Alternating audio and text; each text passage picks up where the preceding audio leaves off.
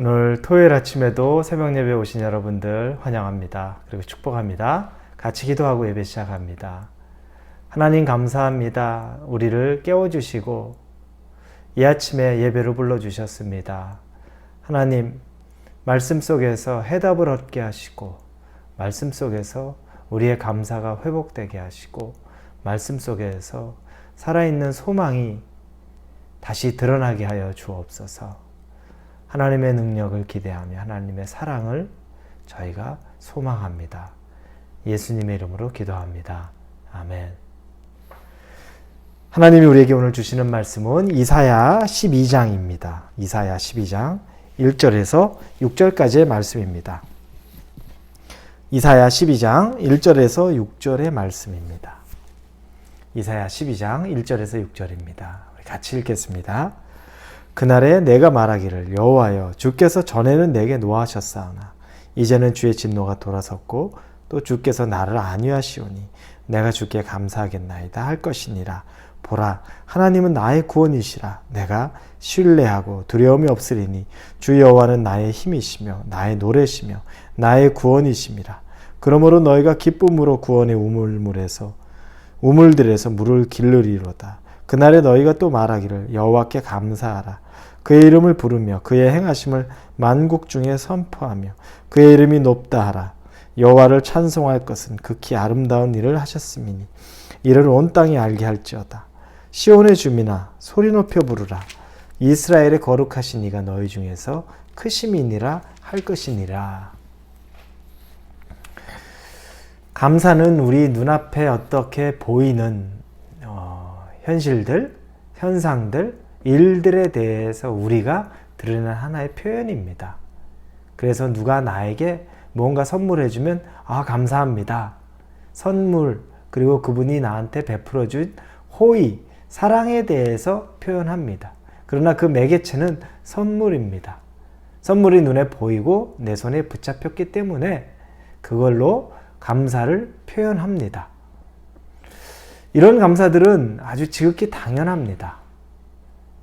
이렇게 우리 눈앞에 보여지는 것에 감사하는 건 모든 사람이 하는 것 아닙니다. 감사를 잊은 사람이 너무 많기 때문에 감사해야 될 것을 놓고도 감사하지 못한 사람들이 굉장히 많습니다. 그렇게 보면 내 눈앞에 있는 것을 가지고 하나님 감사합니다라고 말하는 것으로도 정말 귀한 고백입니다. 귀한 신앙인이고 또 귀한 성숙한 인격을 가진 사람이라고 말할 수 있습니다. 그런데 만약에 내 눈앞에 아직 선물이 도착하지도 않았습니다. 오지 않았습니다. 그런데 미리 감사를 표현하는 것, 그것까지는 쉽지 않습니다. 도착한 후에, 받아본 후에 예상치 못한 것에 너무 들뜨고 감사해서 감사합니다, 감사합니다 말하는 건 우리가 가능하지만 아직 뭐가 올지도 모르고 언제 올지도 모르고 무엇인지도 모르는 데 대해서 미리 감사합니다. 하나님 주심에 감사합니다. 이렇게 표현하는 건 굉장히 쉽지 않습니다. 이런 감사를 드리는 사람도 사실은 많지가 않습니다. 우리가 요즘 남성들 제자훈련 모임이 있고 또 여성분들도 우리 제자훈련 모임을 하는 교재 중에 예수님의 사랑, 유기성 목사님이 쓴 예수님의 사랑이라는 교재를 우리가 지금 한참 제자훈련 진행하고 있죠. 그 교재에 나온 내용 중에, 예화 중에 유기성 목사님 장모님 예화가 하나 나온 게 있습니다.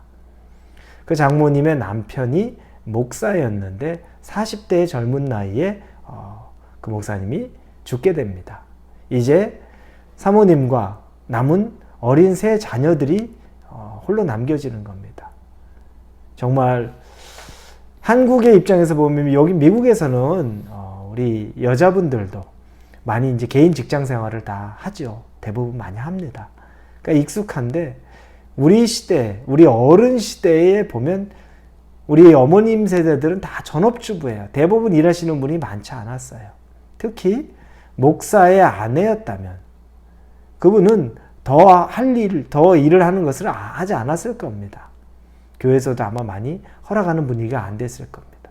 근데 이렇게 갑작스럽게 40대 젊은 나이에 남편 목사님이 돌아가시자 이 사모님은 이제 패닉이 됐죠. 그런데 장례를 다 끝내고 나서 그 교회에 재정 담당하는 장로님이 찾아온 겁니다. 그리고 봉투를 하나 건네면서 이것이 목사님의 마지막 사례입니다. 그리고 조의금도 이 안에 넣었습니다. 그리고 이제 이 교회 사택도 이제 비워주셔야 할 것 같습니다. 참 모질죠. 근데 그건 현실입니다. 어쩔 수 없습니다. 그래도 그걸 받아들이는 입장에서 너무 가슴 아프고 모진 말이었을 것이고 정말 기가 막힌 현실이었을 겁니다. 그 봉투를 앞에 들고 그 밤에 이 사모님이 하나님 앞에 통곡을 하며 엎드러집니다. 저희는 이제 어떻게 살죠? 당장 이제 밖으로 기거할 살 곳도 없고 무엇을 해서 이 아이들을 키워야 될지도 막막한데 하나님 우리는 어떻게 살죠? 그렇게 기도하는 도중에 하나님이 마음에 담대함을 주십니다. 그리고 기도하는 도중에 하나님이 나와 우리 자녀들을 왜 책임지지 않겠나? 하나님은 당연히 우리 자녀들을 책임질 것이다. 그렇기 때문에 내 남편도 먼저 하나님이 불러간 거다. 그게 이제 믿어진 겁니다. 그렇게 기도를 하는데 새벽에 이제 감사의 마음이 들기 시작하는 겁니다. 아주 담대해졌죠. 하나님에게 감사하는 마음이 충만해졌는데 그렇게 새벽에 눈을 떴는데 동이 튼 겁니다. 근데 딱 눈앞에 보여진 게 어젯밤에 그 교회 장로님이 전달해 주고 간 마지막 그 목사님 사례비하고 장례식 때 받은 조의금이 남아있는 그 봉투를 본 겁니다. 그 봉투를 보자 이 사모님이 그 봉투를 그 교회에 기쁨으로 그냥 헌금을 감사 헌금을 합니다. 하나님 이거 없어도 하나님이 다 책임져 주실 거 믿습니다 라고 기쁨으로 아주 기꺼이 그 교회에 감사 헌금을 드리고 나왔다고 합니다. 여러분 미리 감사한다는 것이 바로 이와 같은 겁니다. 그리고 그 이후에 그 자녀들은 잘 장성했고 그리고 그 자녀 중에 하나가 이제 유기성 목사님의 아내 사모님이 된 거죠.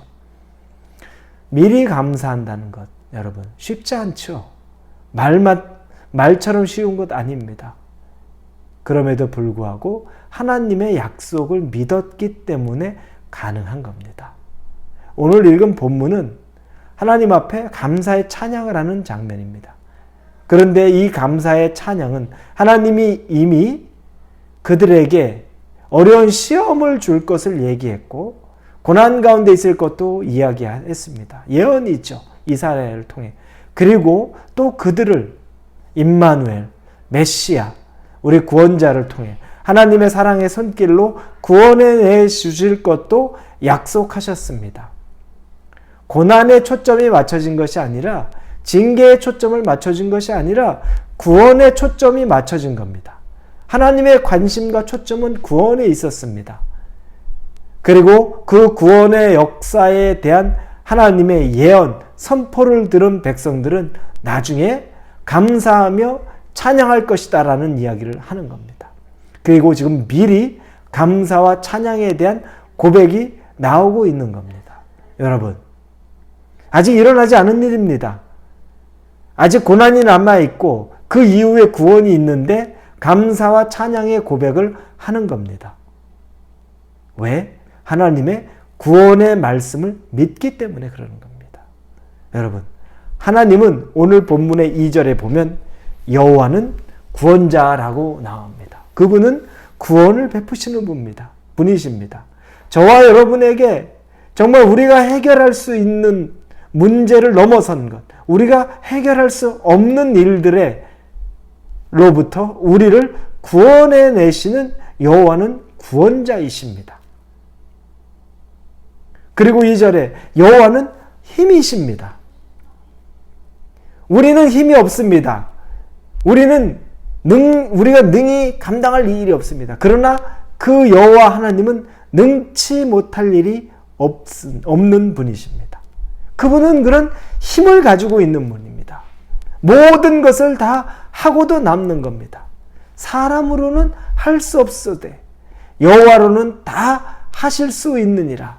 마태복음의 말씀처럼 우리는 아무것도 못하지만 그는 능히 하실 수 있는 그분에게는 힘이 있습니다. 그래서 여호와는 힘이다라고 말합니다. 그럼 하나님이 우리에게 원하는 건 뭘까요? 우리는 아무것도 우리의 삶을 우리 스스로 책임질 이유도 없고 그럴 능력도 없습니다. 하나님이 우리에게 요구하시는 단 한 가지는 믿음으로, 하나님의 말씀으로, 그분을 신뢰함으로 미리 기뻐하고 감사하고 기대하라는 겁니다.